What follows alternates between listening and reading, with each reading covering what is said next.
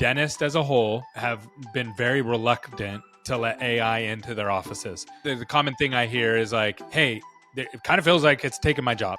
We can sit here and whine and moan and complain about it and get nowhere and still be whining, moaning, and complaining next year. Or we can find a solution that won't take very long to fix. And most of these are just mental changes. You provide the insurance company what they're looking for and they want, you'll get paid. It's simple as that. And you make your life so much easier.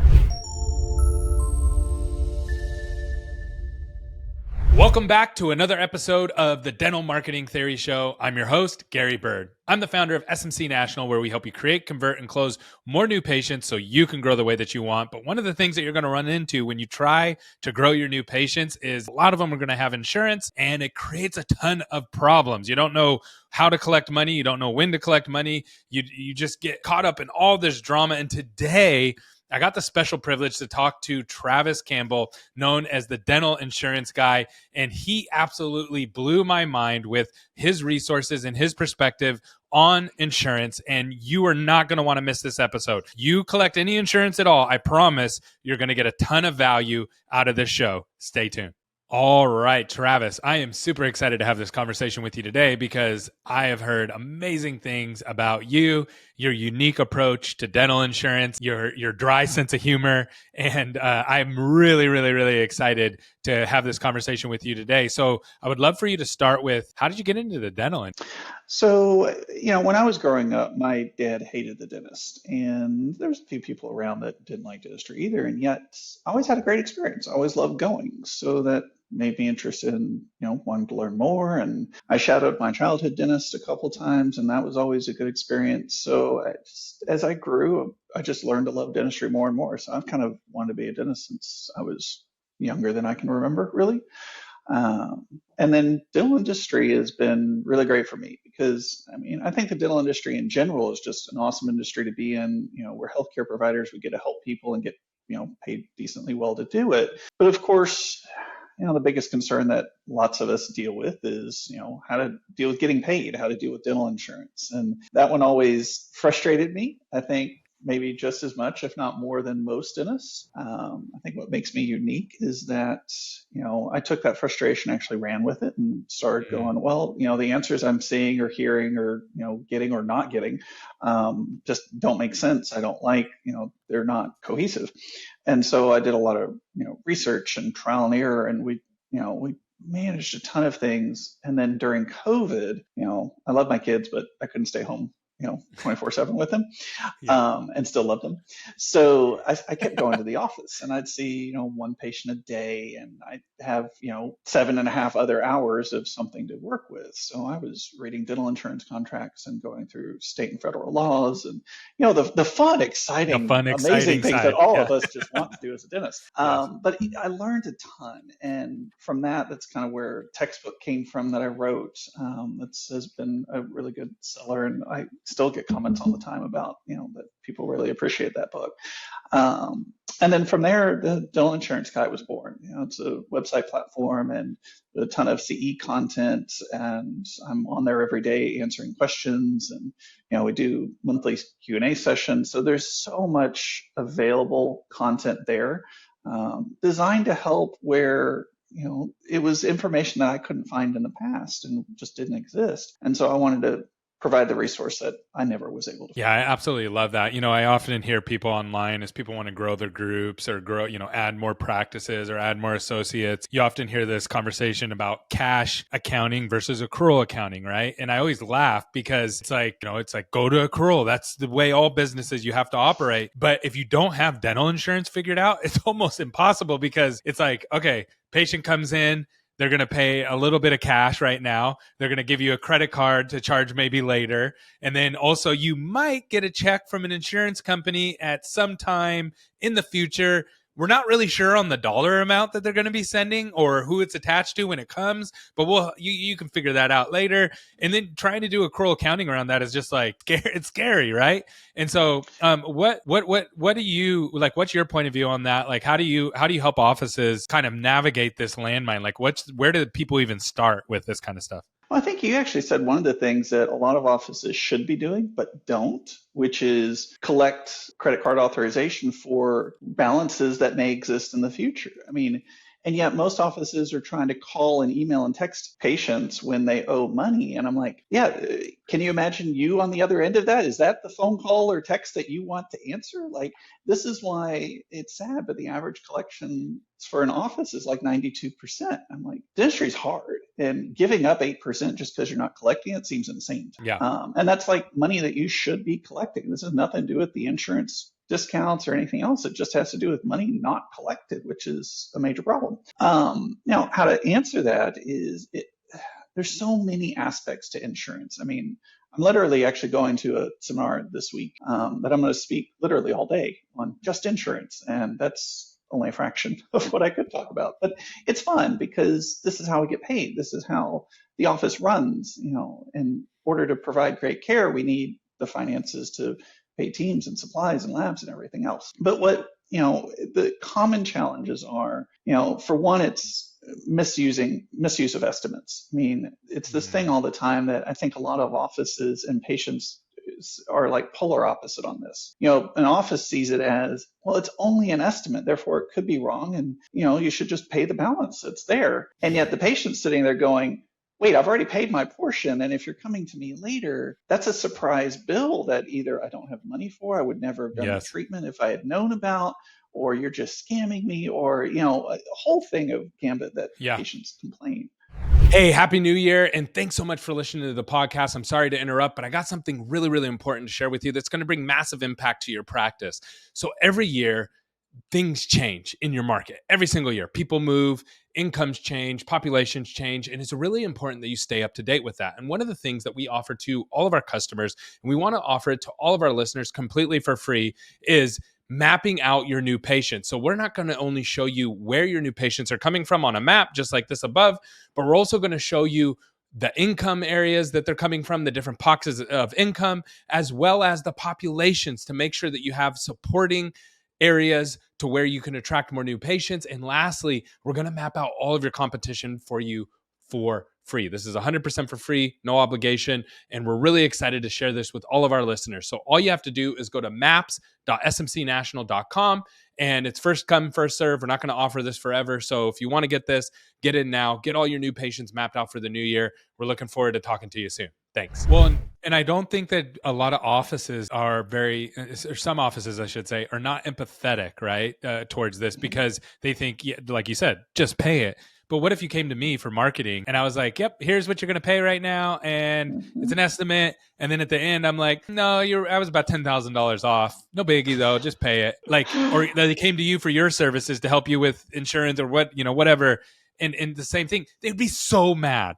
A dentist would be so mad. Well, yeah, absolutely. And so it's that, think of it from the patient's point of view. And of course, then I get the excuse that, well, it truly is an estimate. Like, we can't figure it out. I'm like, well, that's actually what I help teach people, is how to figure out estimates from the beginning. And our rule is 99% of our AR should be purely from insurance we know is coming. 1% failure rate, great. But the challenge is so many offices are dealing with 20, 40, 80% failure rate on their insurance collections. And I'm sitting here going, that's a failure of the person doing the estimate. So my overall rule of thumb for this, and there are ways to do it, is always be refunding. Never be collecting balance. Balances piss people off. Balances lose office patients. Balances get negative reviews. So good. And balances make your job harder at marketing the office, don't they? Yeah, 100%. Yeah, negative reviews. So I love this. So basically what you're doing is you're going in and saying, okay, learn these loopholes, overcharge, and then give people back money, and they're going to love you. And what pops into my brain, say this, is, have you ever watched the movie Incredibles, the cartoon, The Incredibles? Okay, remember when the dad is at his job and the little old lady's on the other line and she's like, but my car was wrecked and I need, and he's like, nope, I'm sorry, you have to, this is why you don't qualify. And then he whispers into the phone, he gets underneath his desk, go fill out form 102B, make sure that you say that you're selecting, format D, and he goes, and if you do this, then you'll get your refund. All right, bye. And he hangs up, and he literally gives them the blueprint to find the loophole in insurance. Kind of feel like that's what you're doing, right? Yeah, Yeah, pretty much. And I would modify one thing you said. It's not overcharge the patient. It's make sure the estimate is to the point that there is never surprise bill. And there's Ah, so many like exclusions and limitations in insurance policies that it comes down to the if you don't know that exclusion exists, then assume it does. It's one of those things that it's there unless proven innocent. So yeah, this mm. is completely different from the US justice system. It's insurance is guilty until you prove them correct. And therefore, if you work that way, then you won't have surprise bills for patients. So yeah, so And then people are happier. you're not overcharging, you're assuming that their insurance isn't going to cover it in whatever case, right? Is that kind of the way to look at it? Let me give you some details that maybe will help. So, for instance, the number one issue in the US with insurance is called downgrades, meaning you do one service, but insurance pays for a different, lower quality, lower price service. Well, this is the most common limitation on policies. It's how employers get their premiums down. And this is just the insurance's way to, make their client happy, which is the employer, not the patient. And so, you do say a white filling, which most patients want nowadays. Insurance says they're going to pay a silver filling. That's half the cost. Well, if you estimated that insurance was going to pay for the filling you did, the patient's going to end up with a major balance that they're going to be upset about. And so if you get a breakdown, information from the insurance company that says what they will and will not pay, and it says nothing about downgrades, therefore you have to assume they're guilty and that they will down. Mm. It's things like this that it's not even working outside the policies, basically assuming what's the most common things, Mm. unless you know that literally that doesn't exist. And it's because offices, some offices will get a full breakdown of everything and know exactly what the patient or insurance is going to pay because they spent like an hour on the phone doing it. But a lot of us just don't have the teams to do that. And so the simple answer is figure out all the things that insurance may not pay for, may pay less for, and apply those when you're coming up with the estimate. And therefore, the only times you're ever going to be wrong is when the patient has money back. So good. So how long does it take? I love this, by the way. The reason I love podcasting is because I get to come and learn cool stuff like this, and you're absolutely blowing my mind. So how long does it take? So let's pretend I'm a dentist. I got 3 practices, and just like RCM, AR, it's just like beating the fire out of me. Like I feel like every single day it's something I can't figure it out. How long does it take to get something like that organized and learn these tools and get at least in moving in the right direction? That's a great question because it depends on where people start. I will say, the website's got a platform of over 20 hours of recorded content, but they're all organized into hour or less segments and they're all topic oriented. So if you're having a challenge with downgrades, there's a course on downgrades. If you're having a challenge with estimates, there's a course on estimates. There's one on treatment planning. There's one on crowns and scaling and root planning. There's pretty much a course for anything. So it's, it depends on the challenge that you're having. Now, how to solve it is, you got to find out your challenge, for one. And it's like every problem we have in, our lives is you got to admit to the problem. But then the fun part is there's a solution to every problem too. We can sit here and whine and moan and complain about it and get nowhere and still be whining, moaning, and complaining next year. Or we can find a solution that won't take very long to fix. And most of these are just mental changes or little organizational changes, and therefore we make more money, we have happier patients, the whole process is easier, there's less frustration, so everyone wins, even potentially the insurance company, because you're not sitting there dealing with appeals all the time, which costs the insurance company usually 10 or 20 times as much than that original claim did. Okay, a couple changing gears on you, questions around insurance. So what do you think about this? Let's just get out of insurance altogether, dental movement. And I'll be fully candid with you. I've seen people do it really successfully. Like, hey, we're just not going to play ball with these guys and we're just going to be really good at what we do and we'll bill to the PPOs, which is great, right? But we're not making any promises, anything like that. And I've seen them do it really successfully, but I've also seen people strike out majorly too at the same time. So what are your thoughts on that movement? So that movement has been around since dental insurance existed over 50. It is what it is. Now, I will say the movement's gotten more traction than it's ever had before. But even if you say it's double, it's still not a large chunk. Over 90% of offices are in network with one insurance company still, at least. Wow, 90%? And so this movement might bump it to 85, but it's not going to make a massive difference. For one, you got to think about most DSOs are not going to go out of it. And that's about half the market in most areas. For two, there's a lot of patients that are, for whatever term you want to use, brainwashed to only go in network. So there is always going to be a need for an in-network set of offices unless the entire American culture changes around their thoughts on insurance. So, and for one part, and this is the part I didn't tell you about my story, I started my office from scratch in network with everybody. And then I actually ended up dropping almost all of them. And I was almost completely out of network. And then I went back in network. When I went back in, we doubled collections. So the point is, both systems work well if you manage them well. And that's the biggest point I try to make is if you want to be in network and it fits your personality, your patient base, then great, do it, but be efficient and profitable. Okay. And if for whatever reason those, what that takes doesn't work for you, then awesome, be out of network, but realize there are some checks and balances. I mean, you're probably one of the biggest ones is, insurance is a form of marketing. It is. And when you start dropping insurance, you have to have a balancing form of marketing. The upside of insurance is you pay on the back end through, that insurance discount. The downside of marketing is you pay on the front end before you get anything. So it's pick your poison. Do you want to pay on the you want to pay on the front or you want to pay on the back? Yeah. And you can be really good at both or you can be really good at one of them and make everything work. There's business models around both. People figure that out. So what are your thoughts on membership? Let's just get everybody into a membership. And it's like they're not allowed to call it this, but it's basically their in-house insurance plan. And I think those are amazing for uninsured patients, but the insurance patient's a little bit harder of a person to convert to that mindset. What are your thoughts there? I think membership plans can be awesome if they're utilized well. I mean, if the price is set right, meaning not too high or too low. I mean, if it's too low, that doesn't work for the office. If it's too high, you can't convince patients to do it. But the other thing to think about is most plans, most strategies, most organizations, everything we do is only as effective as how good we are at making it. So for instance, if we're not very good at selling the plan or talking about it, then not a lot of patients are going to pick it up. And so for instance, we have patients that occasionally come in and go, man, my insurance isn't really doing a whole lot for me. I'm like, no, because you've been with my office for 10 years and you need no dental work. And what's your premiums? Okay, it's $50 a month. That makes sense. That's about average. But guess what? If you had paid out of pocket for these 2 visits a year that you always have, you'd actually pay less than your insurance. So my suggestion is maybe look at doing this membership plan that's going to cost you this much a year, and your insurance company is costing you this much more a year, which makes more sense to you. So, it's not about just dropping everybody off of insurance. It's about showing them the numbers and saying, oh, does this work for you? Does this not work for you? And I mean, the overarching thing I love about healthcare is we get to focus on doing the best thing for that patient. And that's both clinical and non-clinical. And so, if we adopt that mindset, then, membership plans can be huge. Awesome. Okay. And then last question for you. What are your thoughts on AI? And let me explain what I mean by AI. What I have seen is dentists as a whole have been very reluctant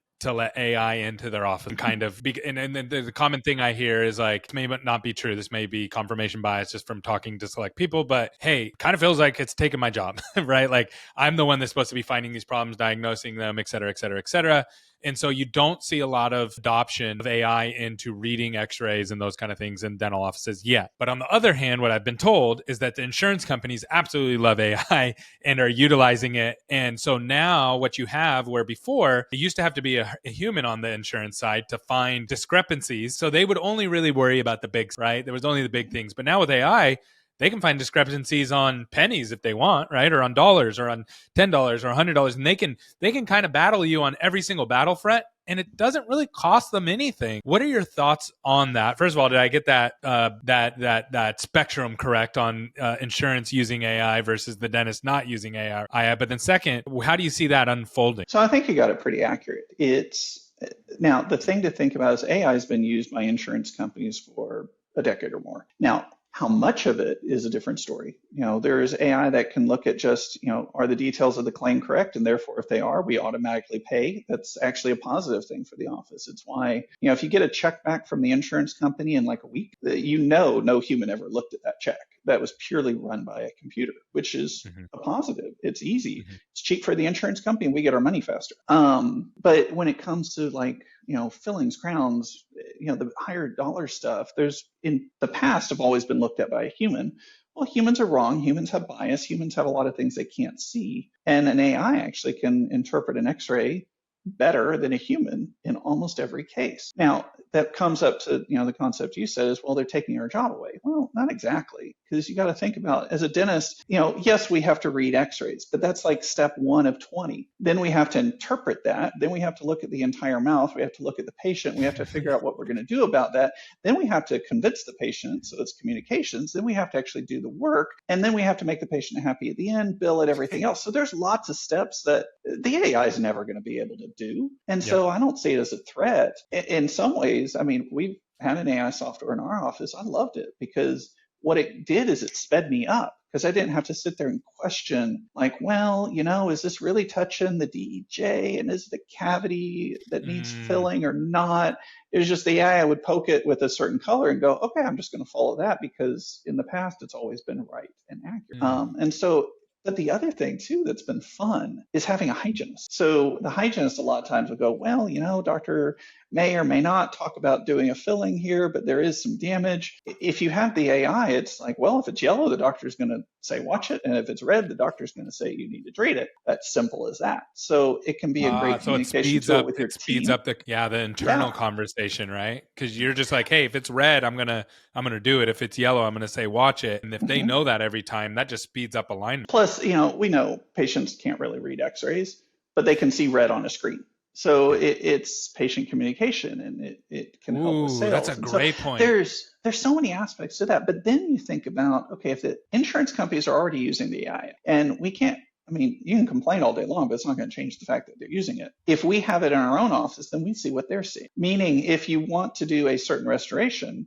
and the AI is going, it's not that they're saying you can or cannot do it. It's only telling you how much, for instance, 2 structures missing, which is what the insurance company is going to go off of. If it goes over the threshold, then great. The insurance company is pretty much going to pay that claim without even thinking about it. And if it goes under the threshold, then you need to think, okay, do I need to change process? Do I need to maybe take some photos? Do I need a stronger narrative? What do I need?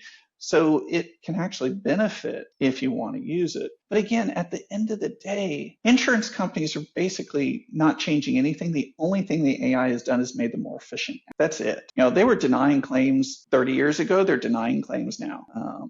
And the only thing that's changed that isn't the AI, although AI likes to get blamed for it. It's the fact that there's been so much fraud in the past over certain procedures and codes that the insurance company is requesting more information on those potentially fraudulent cases.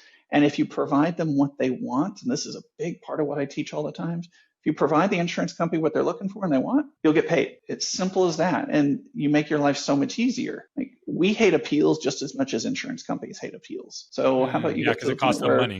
It costs us money. It costs us time. It costs us frustration. And it costs us, the patient, look at that EOB, possibly reading, oh, was this service not necessary, or did they overtreat me? Or, who knows what the patient's going to think when they read that. And so, learning how the insurance company works helps us be able to provide them with information that gets them to do what we want them to do, really. It's awesome. This has been super, super helpful. Learned a lot. Where can people get in touch with you if they want help with their insurance? They have. So dentalinsuranceguy.com. The one probably biggest factor I would say at that, other than the CE courses, is it's got a Q&A session. So you literally put a question, post a claim that you're having a challenge with, post, whatever you need. I'm the one answering those questions every day. So it's a lot of fun, but it's got instant access and availability and so much help for people who need it. It's awesome. Well, thanks so much for coming on today. You did an amazing job. And as always, I always learn so much on this show. And today was no exception. Well, it was a pleasure, Gary. Thank you.